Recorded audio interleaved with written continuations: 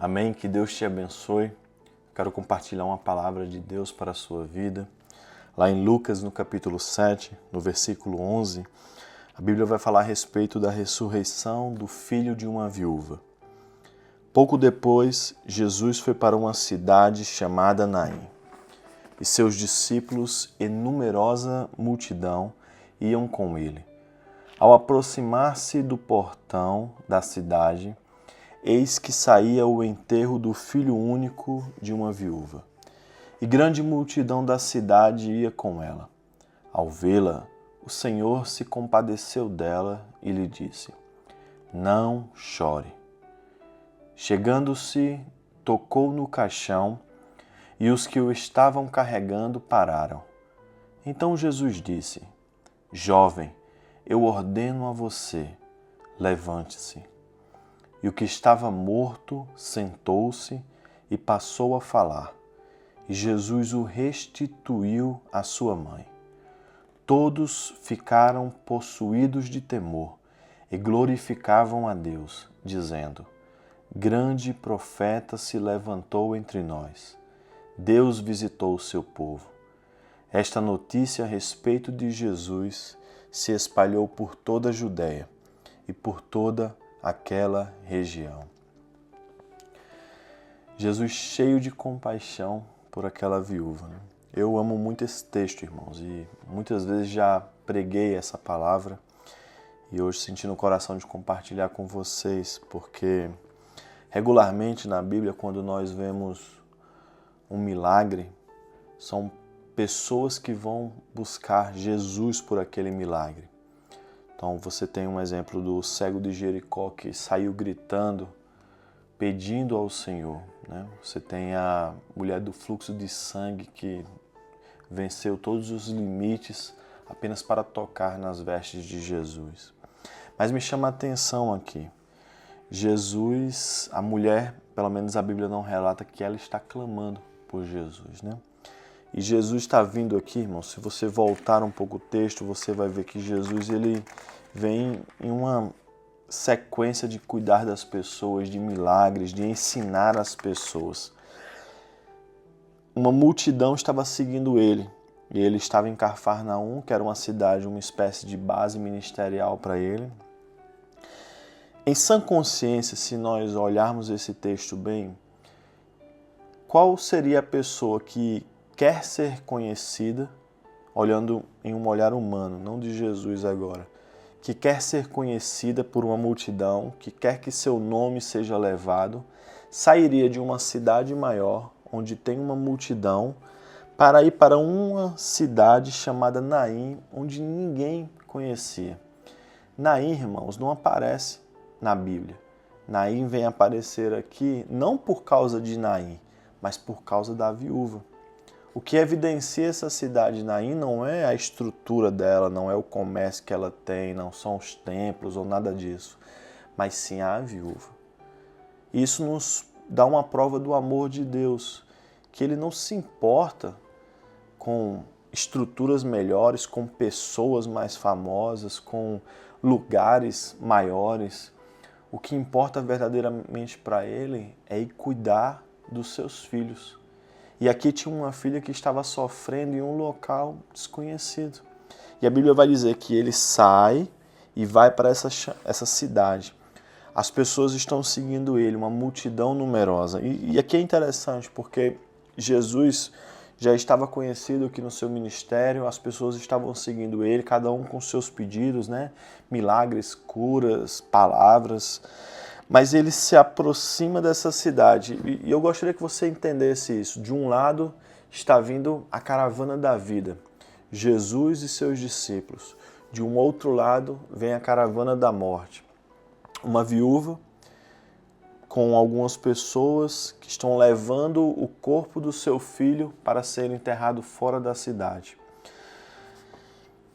Na maioria das vezes, principalmente no tempo de antigamente, as pessoas elas não eram enterradas dentro da cidade, eram fora.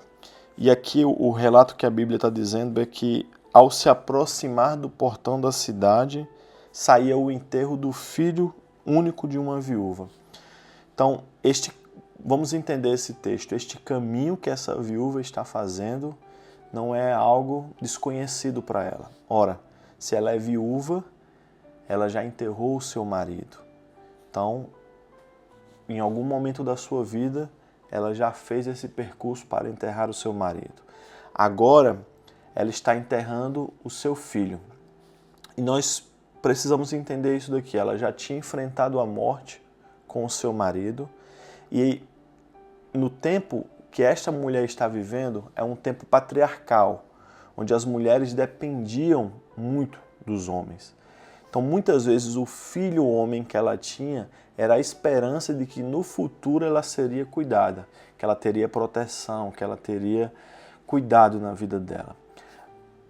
Além disso, põe-se a ideia, dá a entender aqui no texto, que este é o filho único dela.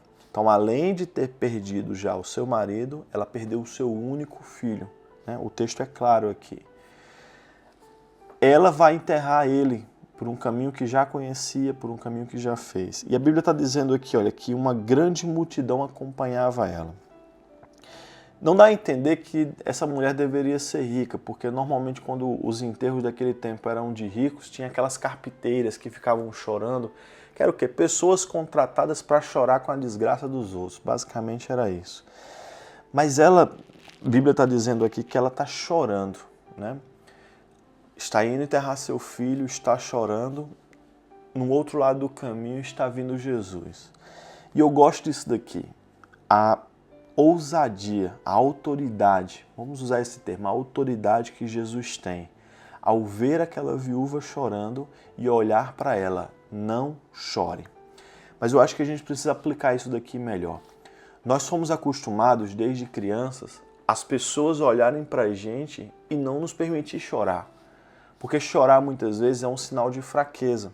Então quando você era criança, era adolescente, se você chorasse, as pessoas, sua mãe, um exemplo, dizia o quê? Minha mãe falava isso para mim, engula o choro. Né? Era uma forma muitas vezes que ela estava tentando me ensinar. Mas a verdade, irmãos, é que biblicamente a Bíblia não nos ensina isso. A Bíblia não nos ensina isso. Chorar faz bem. Chorar nos ajuda a ser curados. Chorar nos ajuda a receber mais de Deus. Chorar muitas vezes nos auxilia nos nossos sofrimentos. E nós estamos acostumados a não entregar de verdade os nossos sentimentos a Deus. E aí Jesus está olhando para ela e ele não, essa forma como ele está falando aqui é importante, porque ele não está olhando para ela e está repreendendo ela. Como quem diz assim, olha, engole aí seu choro.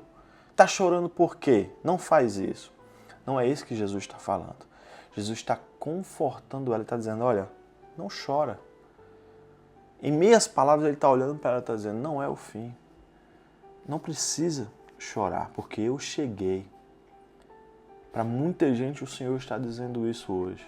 Não chore, não precisa chorar. Não porque é feio, não porque é vergonha, não porque você não deve, mas porque Ele chegou na sua vida, mas porque Ele vai cuidar de você. Olhando para ela, o Senhor se compadeceu. Que prova de amor, irmãos. Olhou para ela e disse, não chore. Chegando, quebrou todos os protocolos. Vamos ser realistas, irmãos. Quem tem coragem de ir no enterro de uma mulher que perdeu seu único filho, olhar para ela e dizer, não chora não. Somente aquele que tem autoridade sobre a vida e a morte. Tocou no caixão, quebrou todos os protocolos, irmãos. Mudou tudo somente para abençoar aquela mulher. Deixa eu falar algo para você. O Senhor é um Deus que muda tudo somente para te abençoar, somente para mudar a tua história, somente para ver você não chorando, não porque é feio, não porque é vergonha, mas porque Ele quer ver a alegria no seu coração. Olhando, tocando no caixão, olhou para o jovem e disse, jovem, eu te ordeno, levante-se. Tenho algo para dizer para você. Seu problema talvez não seja um jovem morto, mas sim uma doença na sua casa. O seu problema talvez seja um familiar, uma crise dentro de casa. Assim como essa mulher repetiu aquele caminho, muitas vezes nós repetimos os caminhos dos problemas nas nossas vidas. É a salvação que ainda não chegou para aquele que amamos, é a crise que está instalada, é a doença. E eu acho isso aqui maravilhoso, porque essa mulher, a Bíblia não diz que ela está orando, ela diz que ela está chorando. Mas o que é um choro senão uma oração líquida, uma oração molhada para o Senhor? A Bíblia está dizendo que ela estava chorando, mas não que ela estava gritando, clamando, buscando a Ele. Mas nem precisava, porque antes mesmo da gente orar, o Senhor já nos conhece. E hoje Ele está olhando para o seu problema e Ele está parando ele. Está olhando para você e está dizendo, não chore. Eu ordeno a você a bênção na sua casa, a bênção na sua família. Esta causa que parece impossível, receba essa palavra na sua vida. Tem causas impossíveis que você vem lutando, que hoje o Senhor está ordenando para elas. Saia, levante-se, vá embora, porque a vitória está chegando para você, meu amado irmão e minha amada irmã. Jovem, eu ordeno a você, levante-se. Cristo encontrou aquela mulher no momento de maior dor da vida dela. Muitos têm carregado suas dores em silêncio, muitos têm carregado suas dores sozinhos, isolados, afastados de tudo. Muitos não têm mais forças, talvez como essa mulher aqui, que não tinha mais forças para orar, para clamar. A fé deveria estar abalada com tudo o que aconteceu, o medo, a incerteza do dia de amanhã. Mas o Senhor foi ao encontro dela. E o Senhor está indo ao encontro de você hoje, na sua casa, na sua família, porque Ele vê você, Ele sente como você está e Ele fala com você com amor e com ternura através da palavra dEle.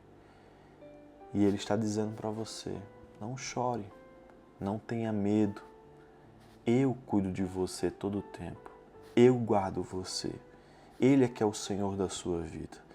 Cristo não é indiferente ao que você está passando. Deus não esqueceu de você. Talvez você tenha, parecido como essa viúva, enfrentado este mesmo caminho de dor por muitas vezes na sua vida. Talvez durante a sua vida os problemas tenham ido e voltado e você precisa percorrer esse mesmo caminho de dor. Mas saiba, se de um lado a caravana da dor está passando, ao encontro dela está vindo a caravana de Cristo, com uma palavra de amor e conforto para a sua vida.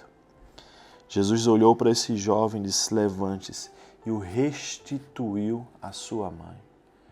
O toque de Jesus restituiu a ela o que ela estava perdido. Querido, permita que o Senhor toque em você nesse momento. E o que precisa ser restituído na sua vida. Talvez você tenha perdido a comunhão no seu lar, o fervor do Espírito Santo dentro de você. Talvez você tenha sido alguém avivado há um tempo atrás e hoje não consegue mais sentir a presença. Talvez por algum momento você seja esse jovem aqui que mesmo figuradamente esteja morto espiritualmente, que não consegue mais acreditar nesse amor do Senhor. Mas hoje o Senhor quer te transformar, quer restituir na sua vida tudo que um dia foi perdido.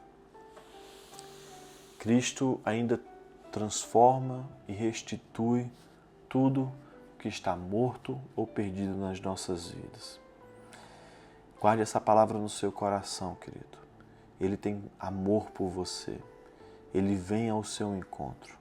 Permita que Ele chegue a você.